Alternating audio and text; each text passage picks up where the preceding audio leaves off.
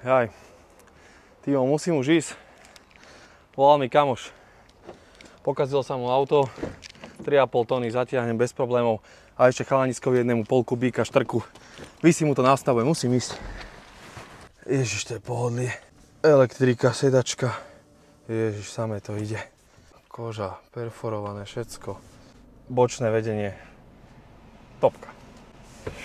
Kamerka nám peckuje. To je nádhera.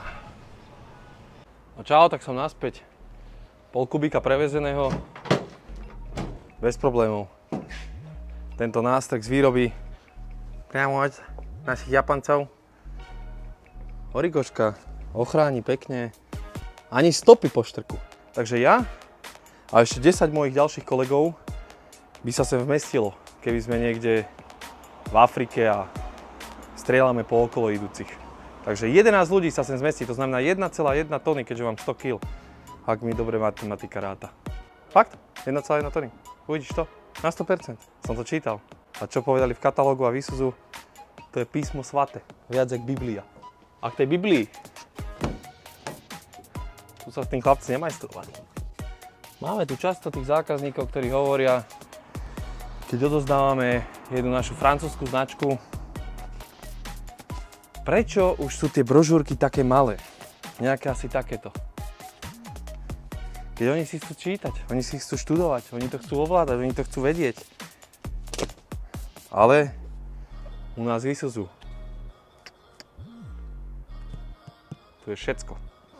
Čiže aj keď je predajca neschopný a len začína s touto značkou, všetko sa dočítaš tu. A môžeš ho potom naspäť prejsť preškoliť. Ešte aj takto rozčiarkované.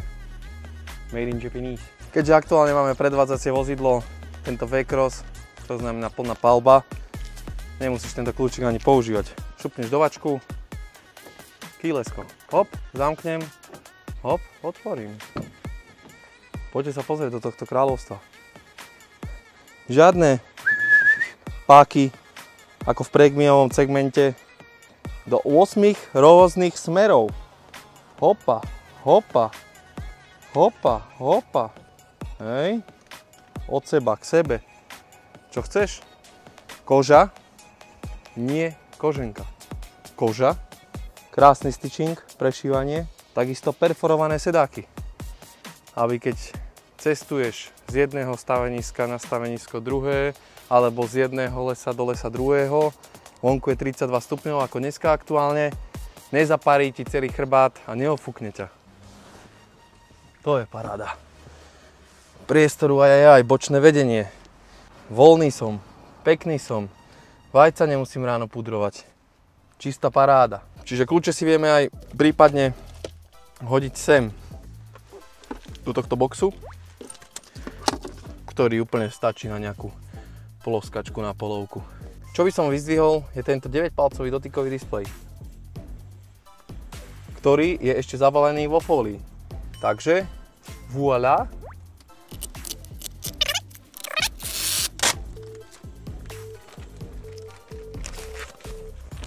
Vítajte v Isuzu. To mi je. Teraz to už vidíme trošku lepšie. Takže, teraz si naštartujeme naše vozidlo. Samozrejme, tlačítko, štart. Nie.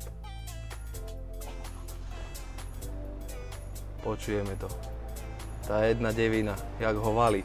Čo sa týka nášho 9-palcového dotykového displeja, ktorý samozrejme obsahuje Apple CarPlay, Android Auto atd. Kámo, ale pozri sa, ale proste, že to spracovanie, keď chytíš tú palubovku, to je proste normálne mäkčený plast, chápeš? Že to není ty kokos, že sedíš niekde v dodávke alebo kde, to je normálne stitching, toto prešívanie, toto, akože normálne odpadávam. A ten klavír do toho, vieš, to si tu hrá, to si tu krásne si to bubnuje proste. Táto akože grafika proste, vieš, ešte aj dali si záležať proste tá grafika, tie klimatroniky, jak vždycky strašne vyzerali v tých japonských autách a dneska proste vieš, že aj na ten dotyk, že to je proste, že mňam, vieš, že stlačíš a proste cítiš, že taká tá odozva, vieš, od toho, že áno, stlačil som to, vieš, že taká tá istota, že idem proste Mám tam proste tých 900 mm previs spredu, hej, že proste, že môžem si vyskakovať na kamene, na hocičo, že nestarám sa. A do toho proste áno, frajerka, že kokos, mne je teplo, vieš, tebe je teplo, vieš, úplne ti je teplo, lebo potíš sa, proste bojíš sa o svoje nové auto za 50 litrov. A ona, že ty kokos, že mne je teplo, vieš, tak proste tu proste cítiš, že áno, stláčam to, ale proste vrodím si, svoje si idem, vieš, cez ten terén, nemám s tým problém, hej. Čiže to je naschvál. Tí chalani na to mysleli v tom Japonsku, hej. No a teraz, to najpodstatnejšie. Keď chceš byť frajer pred všetkými, doma, aj pred domom, aj na ulici, vieš, čo tu máme? Zadný náhon.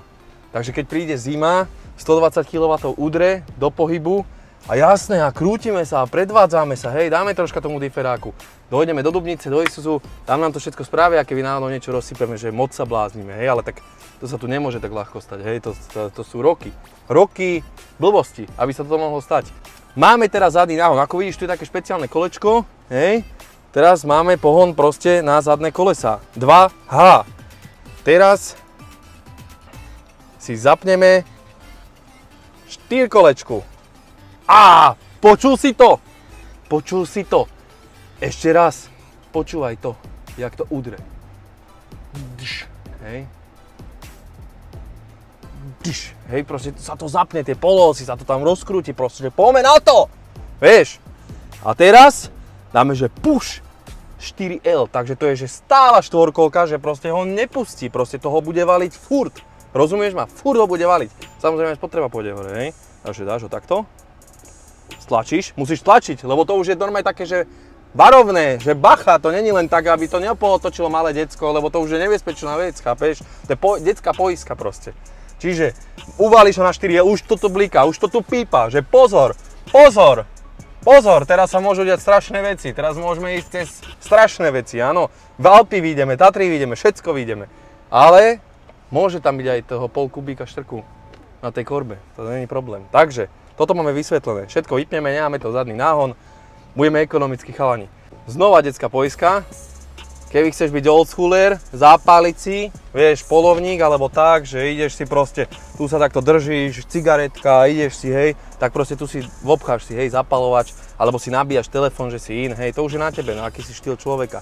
Čiže 12 V, hej, tam valí. Čo som spomínal s tou frajerkou? Dual, hej, dual je aktivovaný, dual, aby si vedel, že máme dvojzónovku.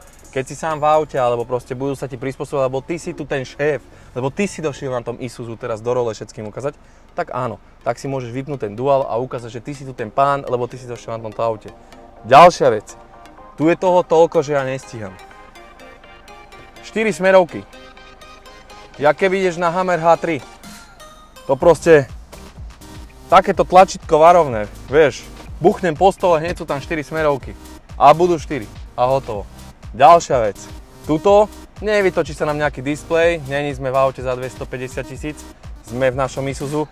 Tu zase myslí na to, že áno, odkladacie priestory, áno, proste som polovník, malú devinu, nejakú čezetu 75-ku dajú tam a idem ďalej, hej, nebojím sa.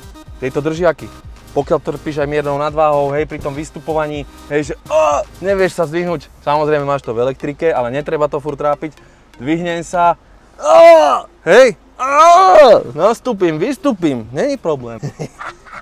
Opa, toto už sa dneska moc nenosí. Keď mám okuliarky, nejaké Ray-Banky, tu si ich pekne šupnem, hej, ale počujem ten mechanizmus, to není, že hej, že krásne sa to dotočí, tu je také, není to vidieť, vidíš toto kolečko, po čom to chodí to ako remeň, hej, že krásne je ten doraz, že nehrká to, hej, že pozri, nehrká to, vieš, že ideš proste aj cez tie kamene, šutre, nehrká to. To má napríklad v niektorých autách, napríklad také ako ja vlastním, a to v tom akože dosť irituje. No touching, áno, znova tá poiska, znova na to myslia tí Japonci, hej, že všade poisky, všetko, lebo to tu je strašne všetko dôležité, hej. Tu nemôžeš si robiť proste čo chceš, tu musíš dávať bacha, čo stlačaš. Čiže takisto SOS tlačítko, keď sa prekočíš niekde nábok, nedaj Bože, to ja neviem, čo by si musel robiť, ale keby sa ti to podarí, lebo ľudia sú všelijakí, stlačíš SOS, podržíš 2 sekundy, dojdu pre teba, nemusíš sa bať, hej. Možno aj my. Čo sa týka ďalších odkladacích priestorov, hopa, pozri, čo tu je, pozri sa, čo tu je. Dolby Audio, to je bod A a bod B, ty si sem vieš pichnúť DVDčko, CDčko, napáliš od chalanov, normálne a pustíš to tam, to v ktorom novom aute si dneska pustíš CDčko? To není v hociktorom aute. A plus nejaké zase odkladacie priestory. Ďalej, neoskončili sme, znova odkladacie priestory, kaslíky, naša Biblia. Navrhujem presunúť sa na zadné sedačky, aj keď sme dvaja chlapi. Poď. Aha. Ty kokos. Takže počkaj. To akože môžeš byť aj akože prezident poľovníckej komory. Normálne, lebo ty si sa môžeš aj košelku zapraviť, to už je jaká úroveň. Ale musíš kúpiť V-Crossa. A pozor, aj keď si prezident poľovníckej komory, môžeš ešte aj decka nehať závisláčiť vzadu na tabletoch. Nice. Tá dĺžka tých sedákov. Vážený, ja mám 195 cm. A ja akože mám nohy potiaľ to tu. To je akože ja v málo ktorom aute. Som z toho hotový. Toto je akože doslova double cup. Doslova. Akože sú auta, ktoré sú že double cup, ale to je že single cup a vzadu je to že úplne že ledva cup, mini cup. Ale toto je že doslova double cup. Bočný airbag, samozrejmosťou. Hej, to je pri tých bočných nárazoch. Hej, čiže takisto. Hej, pozri sa. Čierna stropnica. To už zvyšuje tú úroveň toho auta. Vrchné reproduktory. 8 reproduktorov. Normálne, ja som akože vážne, som prekvapený z toho auta, že normálne, úprimne ti poviem, že som hotový. Ako v pohodlie, vieš, že 4 úplne, že bez problémov, úplne bez problémov a 5, akože viem si to predstaviť, že keď mi nemajú 100 kg, jak ja, nejakých priemerných 80, normálny jedinec, tak proste traja sa tu odvezú, ako úplne, aj na dlhšiu cestu, stredový panel. Zober si, že tu ide takýto diferák dozadu, takýto diferák ide dozadu proste a tu je proste takýto skok na podlahe, hej? Že proste, akože sedím v strede, mám 15 rokov a aha, akože 100%. Vieš, že úplne, že topka. Aj to, aj keď si sám vzadu, tak úplný už brutál, hej? Že idete, pozri, aká to kýváca, jak tie prúžiny idú. Počkaj, ešte zdvihnem toto. Počkaj, teraz to vyvedím. Pozri sa. Musíš mať aj troška odcvičené niečo, keď toto robíš. Koľko priestoru tu máš? A keby som akože, že že cítim sa akože ako pes, vieš, to je dneska moderné. 40 kg psov tu odvezieš, nejaký bandok, alebo tak. Takže priatelia, toto bol náš Isuzu D-Max vo výbave V-Cross. Dúfam, že sa interiér vozidla páčil a troška vás to namotivuje. V najbližšom našom kontente môžete čakať na predstavenie exteriéru vozidla, môžete čakať na jazdu po teréne a samozrejme, aby sme nezabudli, využite aj vy túto možnosť vyskúšať si Isuzu naživo u nás v Dubnici nad Váhom. Čaká len na vás a my tiež. Pracovné verzie L, LS, LSE a vrcholová V-Cross. Každú z týchto výbav si viete u nás objednať a každé jedno príslušenstvo sa dá do toho dohodiť ako do skladačky Lega. Máme tu aj odkladací priestor, som si ešte všimol. Tento. Na, čo ja viem, krabičku kondomov.